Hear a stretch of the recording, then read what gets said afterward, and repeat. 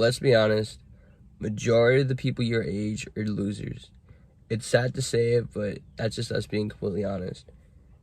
A lot of people now are spending their time just doing stupid activities and just being overall degenerates.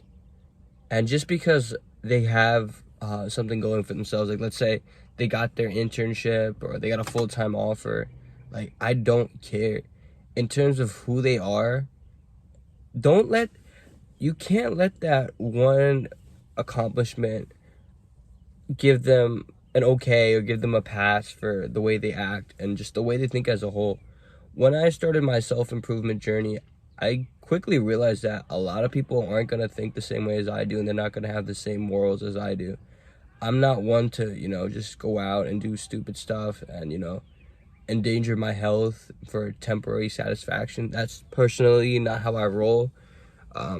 But majority of college kids are like that. In order for me to not get like tempted into that life, I have to stay strong and stick with what has worked so far, and just stay true to myself.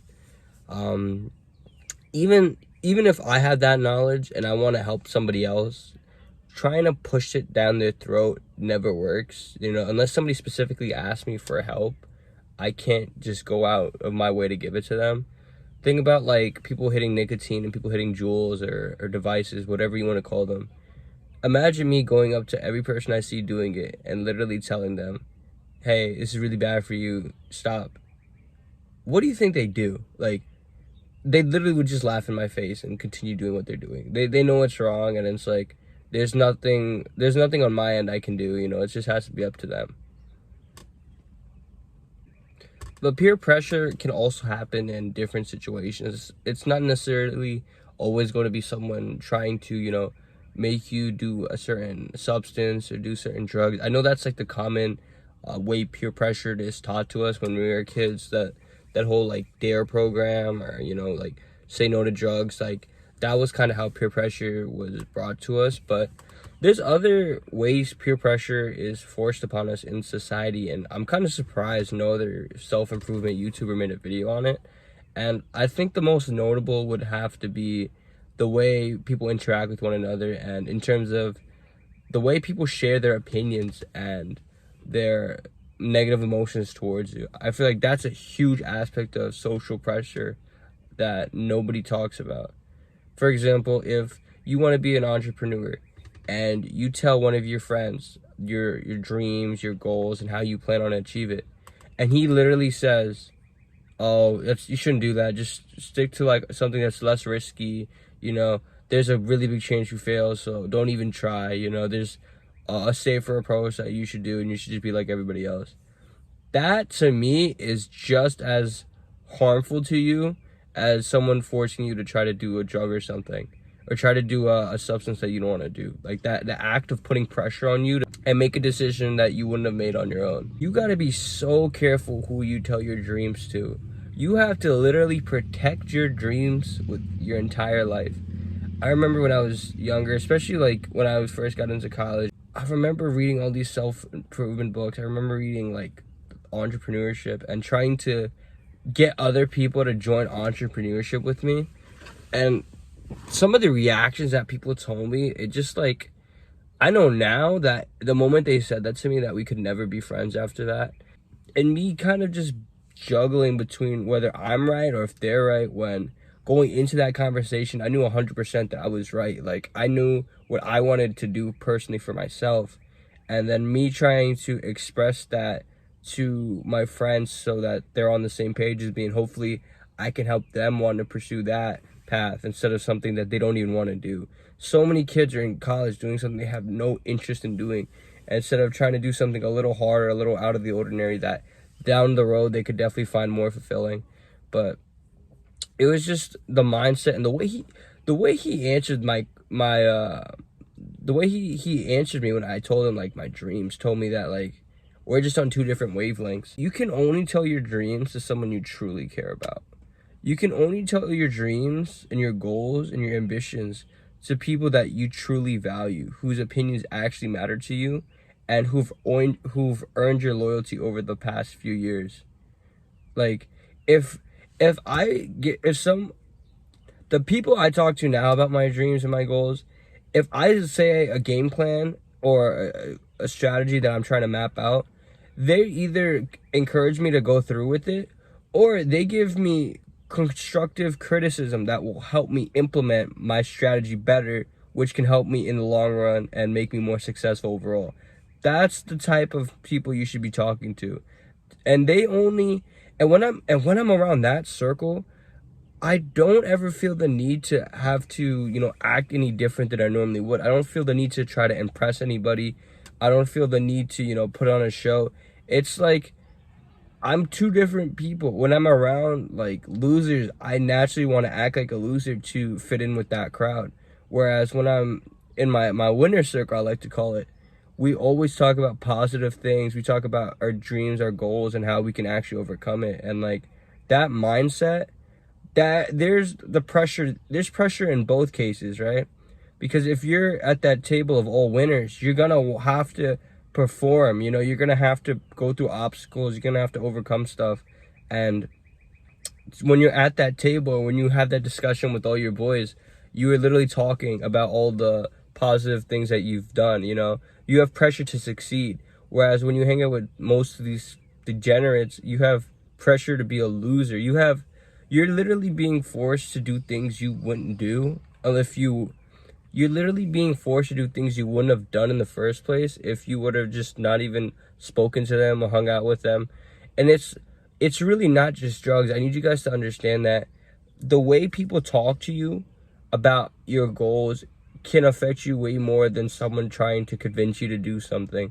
It's so much easier to say no to someone trying to convince you to like smoke weed or do like nicotine than it is to go against someone's word or let someone's word not impact your thought process.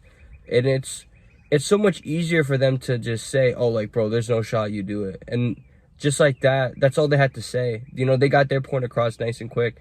And you're gonna think about it. You might be really strong at first, but then when times are tough and like you're really going through it, you might think to yourself like, they might have been right.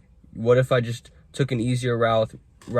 What if I just did, a degree that I didn't care about, and I got a stable job that pays well? There's so many extra thoughts that are coming to you now because of that person saying one stupid thing. That one person who just doesn't believe in you, that doesn't even care to believe in you, doesn't care to give you constructive feedback. And it's like, that to me is a whole nother level of peer pressure that you gotta avoid at all costs. Have your circle small and only talk to people that you truly value and are truly loyal to you. And you should be the same way back. That connection, that circle that you have, it's only as strong as its weakest link. Try to follow a select amount of people on Instagram, on YouTube, or whatever social media platforms you use, because what you see every day is naturally going to become a part of you.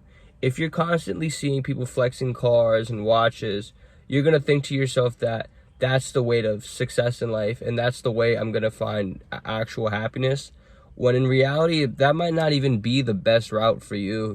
I guess there are some people that enjoy that, but you seeing it might create a false reality in your mind, and you're gonna feel tempted, and you're gonna fall into that system. You're gonna buy those things, and then you're gonna not feel happy at all, and then you're gonna wonder why you've even have done this. Or you could be smart and follow investment accounts instead of following flexers.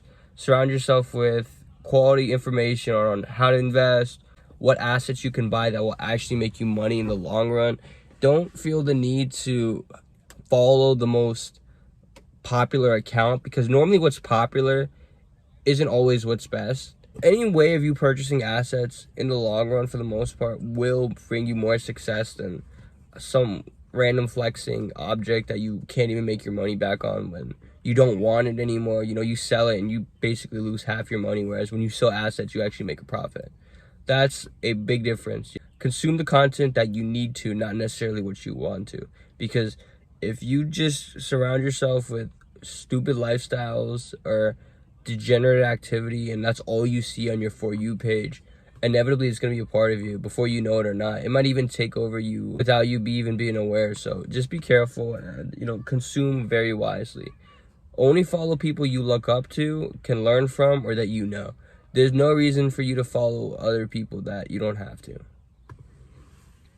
And number 3, the last tip, but it's equally as important, is simply just not giving up.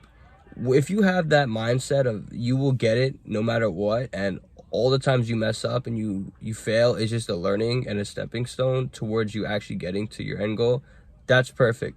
But the moment you take your foot off the gas, the moment you think that you can't do it anymore and that it's just impossible for you and you're just not getting lucky enough, that's when you prove everyone else right. Everybody who just doubted you before and everyone who put that peer pressure on you to, just be normal and do what everybody else is doing, that makes them winners now and you the loser. You look like the idiot because they were right. But if you would have kept going, put your head down and just kept working, and eventually your success came, which it will, you would have been the winner and they would have been losers. They would have been congratulating you and you knew the whole time that you were right. You see how big of a shift that is? The moment you give up and you let them win, it was almost as if all of this was for nothing, all the sacrifices, all the hard work. Because at that point, you could have just been a degenerate with pretty much every other kid and you would have ended up in the same spot. But if you keep putting your head down and you keep working towards your goals, implement and improve. I'm not saying the journey is supposed to be easy, because trust me, it's not. It's very far from smooth sailing. But you have to be willing to adapt, navigate and overcome those obstacles. Even if you don't overcome it the first time, the second time, or the third, you just have to keep going. You have to be all in. And that's the only way for you to be successful. Otherwise, you don't even deserve to live that lifestyle that you truly desire, because you don't even want it bad enough. You're just wasting your time and you're having people lose faith in you. Those people that you did talk to about becoming an entrepreneur, they're just going to lose respect for you if you give up. It's as simple as that. So be a man of your word and, pick your head up and just go right through it, bro.